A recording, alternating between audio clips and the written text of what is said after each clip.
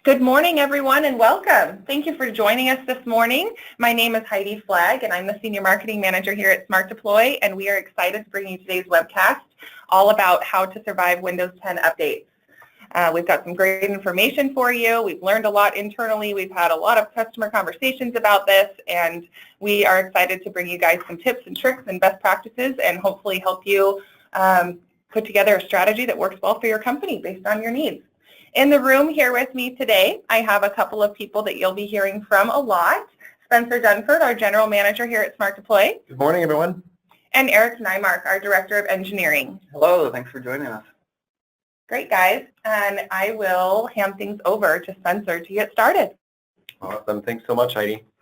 Welcome, everybody, and thanks a ton again for making time out of your busy schedules to chat with us here today. Just a little bit of company background for those of you who don't know much about SmartDeploy is that we're almost a 14-year-old company founded and based out of Seattle. We're a privately owned independent organization, and we started this business because we started listening to customers and trying to solve some of the unique challenges they had in the IT space. Initially, we started heavily in the virtualization space. We thought virtual machine technology was cool first and foremost and found it super useful in being able to distribute live content to tech organizations to be able to do product demos is where we started, and then evolved into a broader production use of virtualization. And then we evolved that into, well, we kind of like how cool these VMs are, but what if we could treat them similarly with physical devices? And that's where SmartDeploy was born, and we've been shipping since 2009. We have over 2,300 customers globally. Most are in North America, pretty distributed across a number of verticals. Many are in education, healthcare, and government, but we're pretty much any organization that needs Windows and is a business with IT. Oftentimes, we're a good fit to work with those organizations. And we're just going to jump right in here and do a quick poll question. We want to get a gauge for your Windows 10 usage. So if you could respond to this poll question that's going to pop up here and just let us know within your company where you guys are in terms of Windows 10 usage. We'll just open this up for a few seconds here. Looks like there's some responses coming in.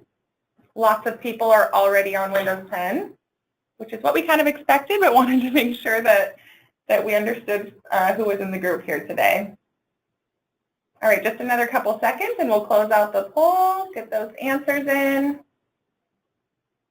Great, perfect. 54% of everybody is already on Windows 10. Got it. And a bunch of you, it looks like, have plans to move very soon. So this is great information. Thanks, guys. I'll hand it back to Spencer. Awesome. Thanks, Heidi.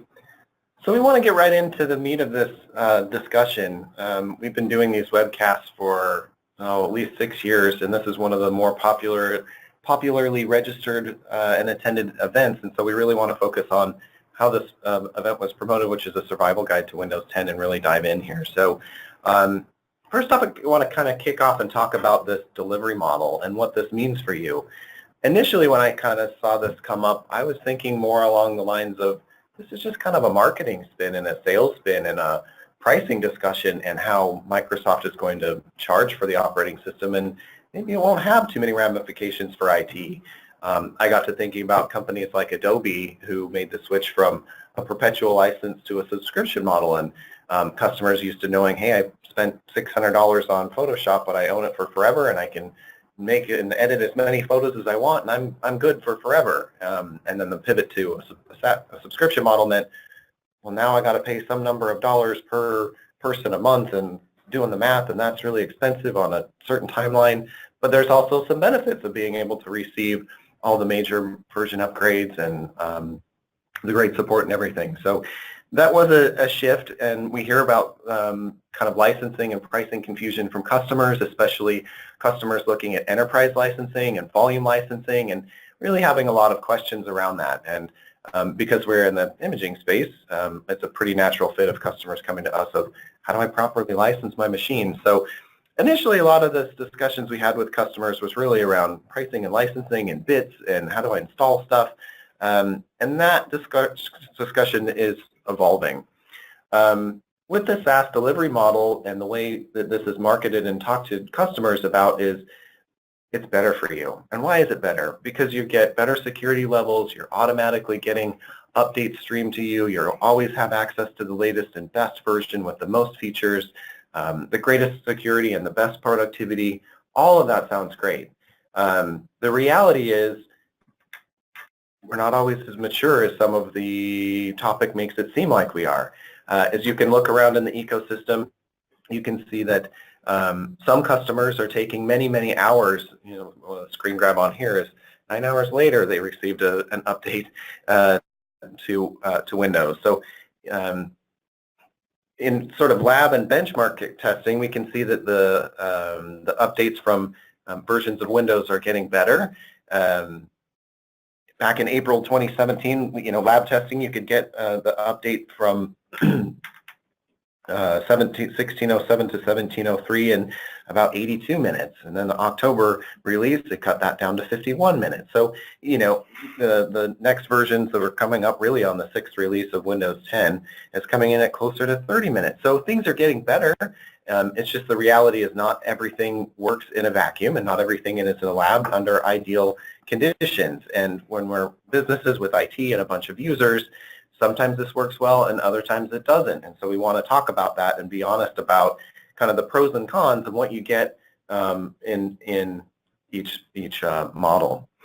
So to that end, we kind of think about this as a slider bar, where on one end of the spectrum, we're going to go ahead and let Microsoft handle all of your updates. And keep in mind, we're not just talking about minor version updates. We're talking about when the version of the operating system changes, the number of the operating system changes. So from 1507 to 1511 to 1603 to 1703, etc. That's what we're calling a major version upgrade. And before Windows 10, that would have been the same as XP to Vista to 8 to 8.1, etc. So there are a lot of changes that happen, and it's not as simple or transparent under the hood, and we'll get to that. But if everything goes to plan and works well, that sounds great. Obviously, Apple's been doing this for years of just in-place upgrades streamed from the App Store, and life is fine. I think Microsoft is getting better. I think they're working on it, and I think it's come a long ways, especially from the early days. But in all scenarios, it may not be the perfect fit for you, so we'll talk more about that.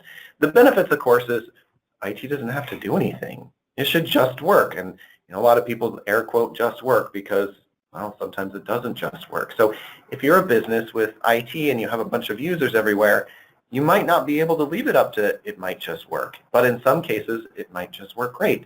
If you have systems or users that don't have to have 100% uptime, or if it's a system that is not super reliant on, you know, mission critical and production, then maybe it works just fine. The reality is, it's the slider bar, and you'll probably land somewhere in the middle in a combination of these things. But in general, if it works, then it's faster, it's less for you to do, it's easier, hopefully less end user downtime, etc. So those are some of the kind of ways it could play out and be really helpful. Is it's less for you to do, end users get the highest security levels automatically, greatest productivity, most features, all of that sounds good.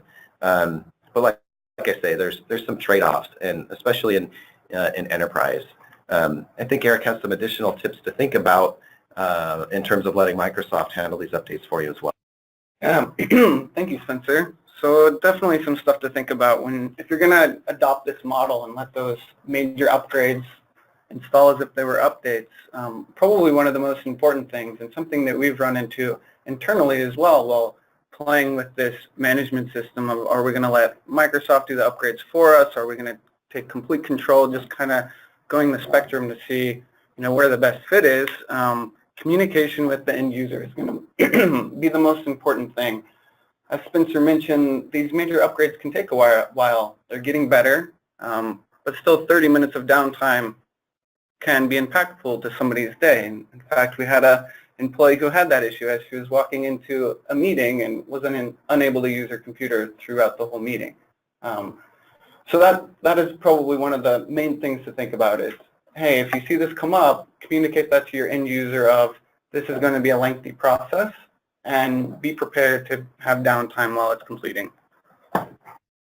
Some other things to think about are disk space. So in order to bring these times down, more is being cached cached on the user's device before the upgrade actually happens, which requires more disk space. So kind of keeping an eye on that for specific users and trying to figure out where you might have some hot spots with break fix. So if you have a management tool in place where you can kind of see what the disk utilization is looking like, you might want to make special arrangements for those devices that are getting closer to having full disks. Couple more things. So this upgrade process, I actually just went through it recently from 1607 to 1709. There are some quirks that can happen. So a lot of the operating systems turn into these Windows Store packages or Apex packages as they're called on the back end. And you'll see that as the upgrade process happens and sysprep is run, those Apex packages get uninstalled and then re-provisioned after the fact. So you'll end up with missing items in your start menu. And, you know, as the operating system evolves, more of it is becoming these Apex packages. So it kind of changes the look and feel for users as well. Whereas you used to go into control panel and programs and features to uninstall something, now you'll go into the new Apex package that's Windows settings and uninstall from there. So just kind of, staying ahead of communicating to the user that you might experience these changes and it's going to be okay. You can repin them to your start menu, but also understanding yourself what these new features introduce and saying, okay, well, you used to do it this way, but now here's a new way to do it. So those are our main points for just letting those updates happen as they come across from Microsoft. That's perfect. Thank you, Eric. So kind of the other end of the spectrum, of course, is to manage your own updates. And a lot of our customers and IT pros want control, and that's part of what their job and position is to protect the desktop surface for the organization and keep people productive. And there's a trust issue there between what an IT administrator may desire for their organization and what Microsoft is going to decide for them. And that causes sometimes an adversarial relationship, as you can understand. The biggest thing is these in-place upgrades are a negative surprise that seem to come out of nowhere. And now users that have been trained to expect maybe a few minutes of Windows Update downtime, and they probably run and fill their coffee cup up or something like that, only to come back and realize that it's an hour or more of downtime. And then what happens if that upgrade doesn't work? What happens if the disk space is full and the upgrade isn't successful? And you know, IT's job is to make sure end users are productive, and if they're not, well, then things kind of fall apart. So we have some thoughts on how to get control here. And, you know, of course, on the one end, let Microsoft do it. It's really simple and easy. But on the other end, if you get control, you got to put some skin into the game, and you got to burn some calories on setting a few things up. But our opinion is that in those use cases where you need business continuity and productivity, your work can be rewarded. And in some of these ways of dealing with this, it's not as hard as you might think, and we have some thoughts on reducing, getting control without so much effort and having you be stranded. So one strategy, of course, as we'll talk about, is that you could use imaging as a strategy to do these in-place upgrades, using a product like SmartDeploy or something else out there that you like. A lot of times, re-imaging the device is as fast or faster than letting the in-place upgrade happen. So that sounds good. We've got strategies on dealing with, you know, device drivers. Another big main concern here is user data. And users want their desktop icons where they want them. And they want their start menu to look like they expect. And they want their wallpaper to look like they last set it. And a lot of times when you re-image a system, that stuff may not all come back how you expected it. So we have strategies on dealing with that and getting same, but, you know, a lot of people aren't really thinking about using imaging as a strategy to upgrade from all of these major version changes. Our thought is keep your, you know, reference computers and all of that stuff around, and as long as you're doing minor version updates, and that's great. But as soon as you make a change from, you know, fall creators to spring, that's a good time to basically re-image a machine on your terms. There's certainly things that you can do around long-term service branch, and Eric will give us some other keys on WSUS, et cetera, on how to get better control here. But the point is you don't have to feel lost or stuck, or if you want to put some skin in the game, you can get some control back and not be as forced into a corner with all these major version updates that Microsoft is pumping out.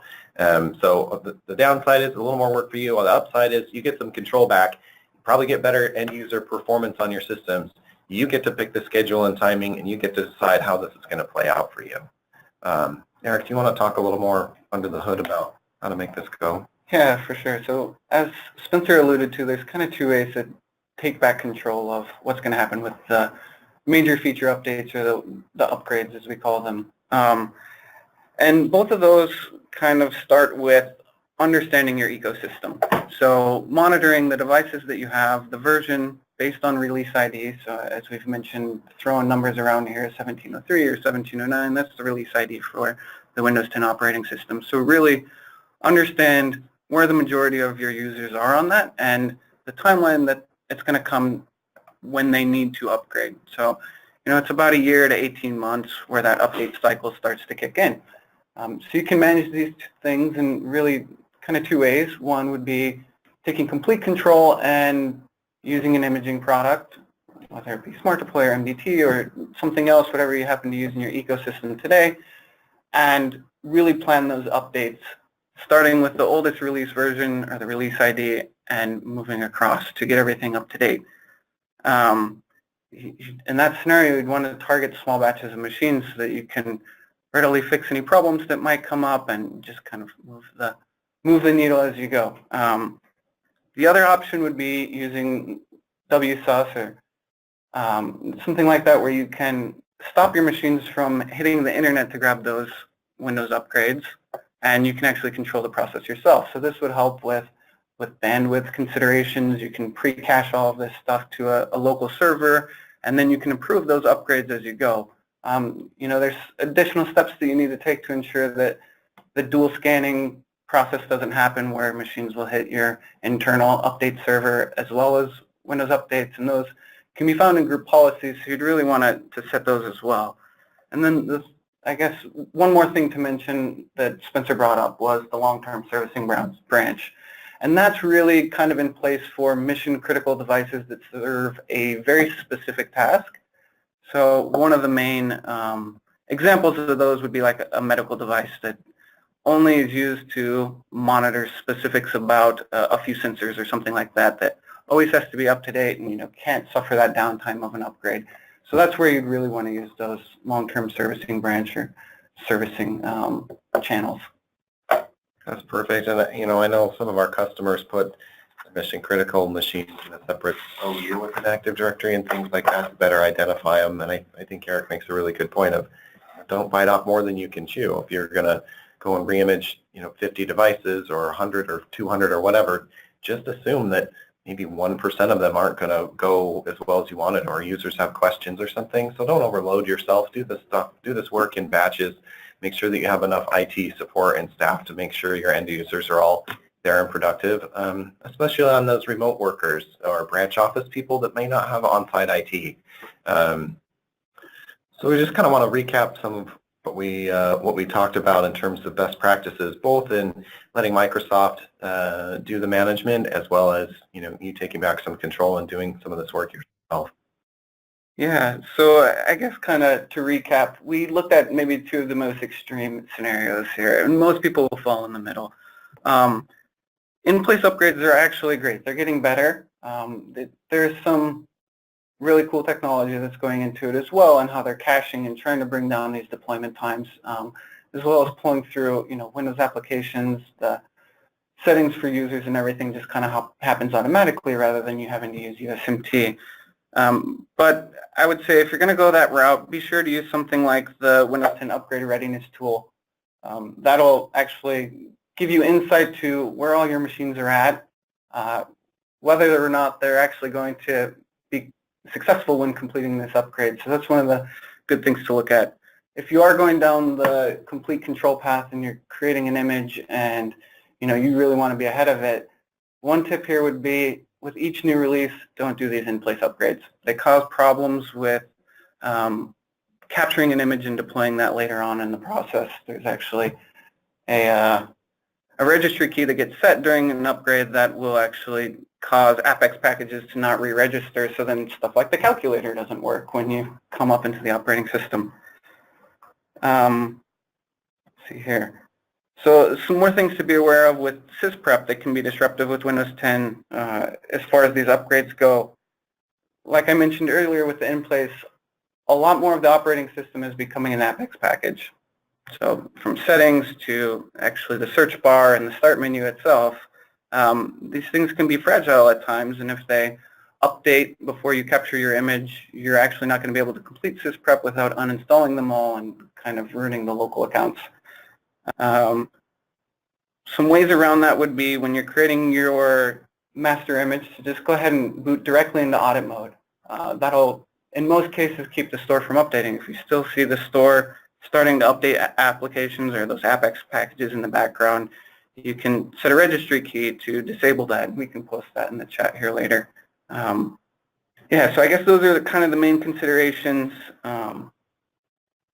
Just be aware of what's on your machines, when they're going to upgrade, and just kind of keep that cycle going.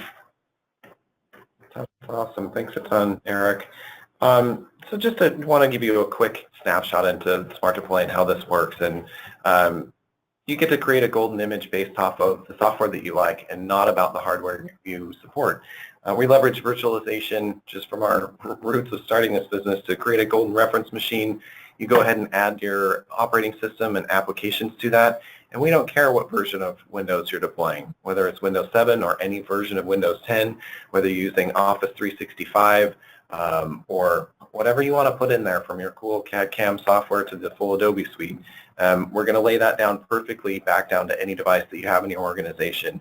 And one of the coolest parts about SmartDeploy is we handle device driver management for you, so you don't have to take into consideration whether your image lands on a Dell or a Lenovo or an HP. The process is the same. It's the same for us, and we ensure that you get the benefits of almost like a VDI type of solution without the drawbacks. So you get full end user compute and horsepower, offline productivity and everything, all with a simple product to use. Everything's wizard driven. Industry best practices are baked in at every step. We've got a world-class support team based out of our Seattle headquarters that's here to help and support you along the way if you run into any snags at all. So at a high level, that's kind of how it works. I can give you just a quick snapshot about what the product actually looks like. So we've got this is called the SmartDeploy console. Again, we've got a free trial, and we can get more into that. But we march you through the whole process of building this out. Right through this activities section. There's simple wizards with guidance and videos along the way to help you build your VMs. Offline capture those, so creating and updating images is super easy. So you don't have to be as hesitant on the need to make a new image for Creators Update or any of those versions. Because it's fast and because it's easy and because it's reliable, you don't have to have the same concerns of that you would in a traditional workflow. Driver management's all done for you. We tie in with cloud service providers as well, so you can actually do imaging over the internet and pull from Google Drive or OneDrive or Dropbox and reimage systems to those branch offices as well.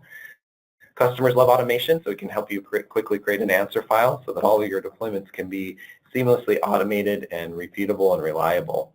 And also just doing actual deployments. All within the product, you can do zero-touch push deployments to a bunch of different computers.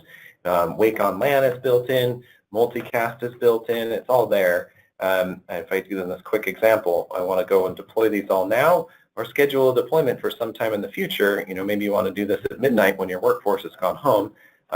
You can definitely do that. Again, multicast is built right in. You can just basically select the machines you want to deploy, pick what you don't want to deploy, hit go, and that's it. All those machines will go ahead and get deployed. So that's a quick demo of a zero-touch push deployment to a bunch of different machines out on my network. Here's a sample of those machines on my desktop here.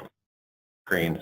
This will take a second to kick off, and I'll let it sit here. But basically, we stream down the boot information to the machine, restart it, reboot into our version of Windows PE, pull down the image, we sysprep in place, apply just the drivers that you need for those machines, join domains and specific OUs, name machines automatically how you want. All the magic show goes from there. So hopefully that gives you a good idea of, hey, that might be another approach to take. Instead of letting these in-place upgrades happen to me, maybe I could try re-imaging them instead on my timeline, on my schedule, with my tools and my techniques as well. So let those kick back off.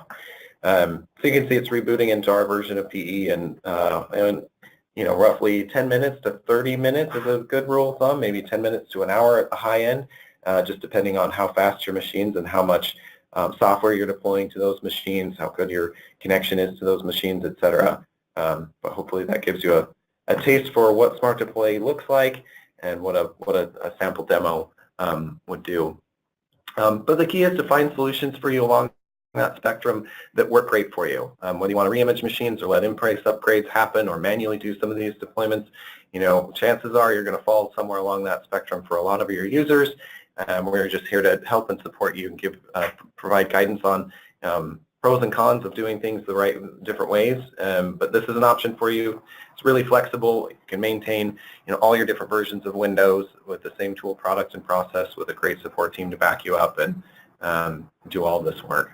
So I know we're coming up pretty close on time here, so I'll switch things back to Heidi. Great. Thank you, Spencer, and thank you, everyone. This information was so good. We will jump right in. We have a ton of questions coming in here, so I'm just going to jump in and get these rolling. So there looks like there's a bunch of questions here about the drivers specifically. So the driver pack, Spencer. So it says for drivers, is that working from a database you maintain, and is it automatically updated? Yeah, good question. So the way this works is we call these platform packs. And basically platform packs are all the custom drivers that come from the vendor specifically. So these aren't just the generic ones that Windows out of box would have. This is, Intel would release a bunch of drivers obviously for the common chipsets, but Dell, HP, Lenovo will all go through testing, and if they need to modify or update a driver, INFs, XEs, whatever, they go ahead and do that, posted on their site. So as part of the service subscription that comes to SmartDeploy is access to this platform pack library where our guys do all that heavy lifting for you. These get updated all the time.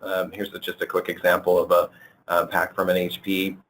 Has full support for Windows PE as well as Windows 10, and this is audio, video, chipset, Bluetooth, everything that you'd need for that device. There's additional logic built in here as well to actually go and flash the BIOS for you. You can run any sort of custom scripts on a per model basis as well, but generally customers use these out of box. There's a library of over 2,000 platform packs currently. They're updated all the time. They're tested, and if you need an update or want a new pack created, you just quickly submit a support request and our guys get that turned around. SLA is generally 5 to 10 business days, but just depending on how busy they are, sometimes it's even same day. So yeah, it is generated by customer demand and customer request, and it's a core piece of our business and one of the reasons why customers love SmartDeploy and keep their support subscriptions. There's a ton of value in here and a ton of value in not having to manage device drivers and know that the image that you made will work on everything. Thanks, Spencer. Jeff wants to know, what about user data? Is there a way to deploy an image and keep local user profiles?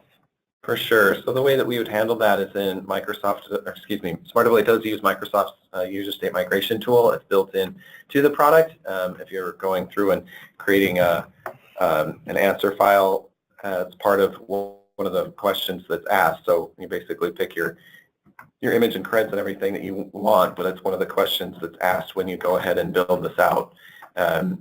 Here's the page that it asks. So you could enable user data migration and pull over the user settings, app settings, and documents, and either keep them locally on the same computer, and it would do a link migration, or you could put things out on a temporary network share or locally attached temp storage or something like that as part of it. So the answer is yes. Hopefully that gives you a quick idea about how to do it. Great. And we have a question about, can we use WSUS for those major upgrades? Can you talk a little bit more about that, Eric? Yeah, for sure. So like I mentioned when we were going through the tips, WSUS is a great tool for that. You can, extend it to cache major upgrades. You do have to do a bit of work to get that all up and running. And you also have to do some work to ensure that your machines, as I mentioned earlier, don't dual scan. And actually somebody also mentioned what are those group policy updates, so we can paste those in the chat for you as well. But essentially, with WSUS, you can go in and approve those as necessary, and when you're ready. So if you're on a quarterly refresh cycle, or you want to do it every other Windows 10 build, so you want to be on 1607 and skip 1703 and come back on 1709, You can definitely do all of those things. So you can create that full control while using WSUS. Thanks, Eric. And we have some questions about license. SmartDeploy is licensed, Spencer. Sure. So SmartDeploy is licensed and sold on a per machine basis. Like most other IT management products, we've just found that that's the model that scales best to both small and large customers. I'll give you a little more detail on the smartdeploy.com/buy section. But the license is a one-time fee. It's valid for forever, never expires, and you get to use those licenses on the total number of computers that you've bought SmartDeploy. You can make as many images as you want. Anybody on your team can use it as much as you want. Just any machine that receives an image from SmartDeploy counts as a license. And the product includes support for at least the first year, and then you could just renew the support subscription on an annual basis. We have special pricing for nonprofit and education. We're able to sell directly to you, no problem, as well as through your favorite software reseller as well. We're trying to make that part super easy. Our goal really is to make sure we get through a proof of concept with you, make sure you're happy with the software, and then work with you and your budgets to make sure that the technology does what you're looking for and falls in line with your budget expectations. But yeah, license is sold on a per machine basis. Simply need a license for the machines that you want to reimage. Thanks, Spencer. Someone else wants to know, they said, great webinar. Will you be doing future webcasts on this topic? You know, that's a good question. Like I said, this is one of the more better registered and attended session that we've had in the many years of doing this. And you know, your voices, you know, directly impact our not only our products but our timeline and delivery and our marketing team's ability to focus on this kind of stuff. You can check us out on YouTube. We're building more content out there, but as a result of this, we're already reprioritizing our roadmap of content delivery to better focus on these discrete topics. So if there's something you want to know more on, whether it's how to configure WSUS as a discrete topic, or tips and tricks for building a master reference machine, or tips and tricks for USMT, or gotchas around sysprep, or whatever it is, you know, your feedback really helps us. We get excited about it, right? Because we really love helping customers solve these challenges, and you know, if we know exactly what you want solved, then that gives us a pretty straightforward way of pumping out this content. So yeah, the short answer for sure. Also, you know, thanks a ton for your attendance and voice here, and yeah, like and subscribe on YouTube. Send feedback to feedback@SmartDeploy. Like this is, like I say, we're small and independent, and we stay and focus on what customers are looking for. So for sure. Thanks, Spencer. And the questions just keep coming in. So if we don't get to your question today, we'll stick around for a few more minutes and keep answering these. But if for some reason we don't get to your question today, feel free to reach out to us. You'll get an email from someone on our team just to make sure you have some contact info for someone here after the event. But feel free to reach out to us, sales@smartdeploy.com. We'll make sure that if it's a question specifically for Eric or Spencer, that we'll get you back the response that you need for those questions. Next question here. Doug wants to know, does SmartDeploy have any support for BIOS management as part of the Windows 10 deployment process? So I guess there's a couple ways to answer this. Yes, from the standpoint of, as part of those platform packs that we've talked about, the BIOS can be flashed during that process. We do have some functionality in the wizards as well to do stuff such as set up UEFI. So if the machine is in BIOS mode, we can help you get it to UEFI and deploy the image UEFI so that when it reboots, it's in there, and also enable secure boot. But a lot of that stuff is dependent on the manufacturer of the device. So for those specific questions, I guess we can look at what your scenario is and kind of take that offline and make sure that we can help you. Thanks, Eric. And we have a question about how would SmartDeploy work with disk encryption? Yeah, so that depends on the question as well. If we're talking from a deployment standpoint, then obviously disk encryption isn't a huge concern. We'd overwrite it, and we could reset it up on the way back out. If we're talking more about maintaining user settings and data, then we would suspend or decrypt that before completing the deployment process. Eric. And John just wanted to confirm what I think you were talking about, Eric, in terms of best practices with using SmartDeploy. He's saying, so do you mean don't do an in-place upgrade of a SmartDeploy image you should reinstall? Yeah, so we're actually going to do a webcast, or not a webcast, a YouTube video about this coming up, just kind of the best practices around creating a reference machine. We see a lot of problems with upgraded OSs. So as Windows 10 started, they actually didn't even allow you to sysprep an upgraded machine. Microsoft backtracked on that because it got a lot of feedback from users that they want to continue to upgrade.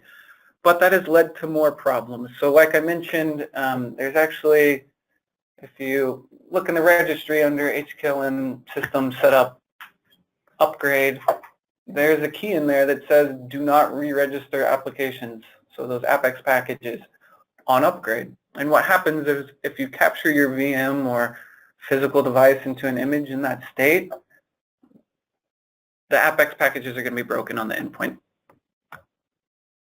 So yeah, best practice is to start fresh with each new release. If you absolutely must upgrade, just ensure that you delete that or set the value to 0.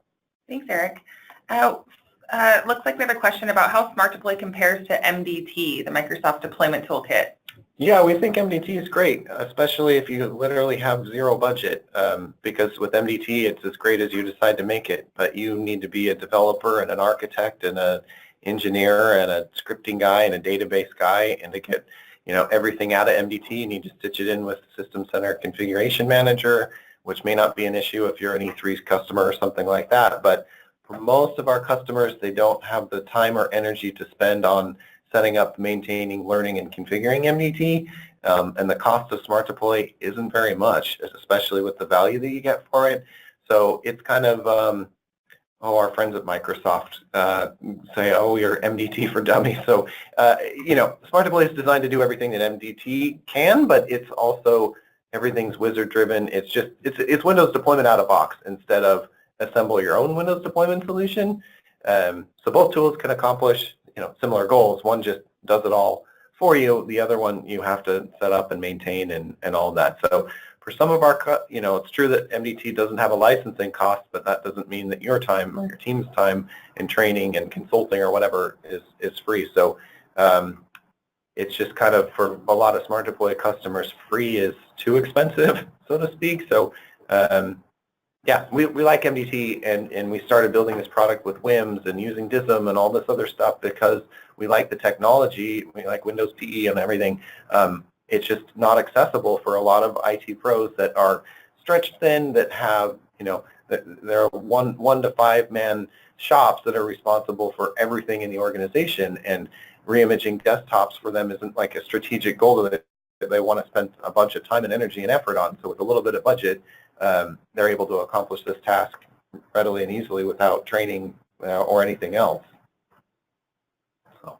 Great. Thank you, Spencer. And again, there's a ton of questions coming in here. I think we're going to probably go ahead and wrap this now that we're over 10 minutes past the 30-minute mark that we were trying really hard to commit to. So we really appreciate the interaction, the questions, the feedback. Again, we'll follow up with a link to this recording and some follow-up emails that just have links to additional resources. We've posted a few things in the chat in terms of links that might be helpful. Again, feel free to reach out to us if you have a burning question. Otherwise, we'll make sure somebody reaches out to you. Again, thank you so much for being here. We really appreciate it. Our free trial is available if you'd like to learn more about SmartDeploy.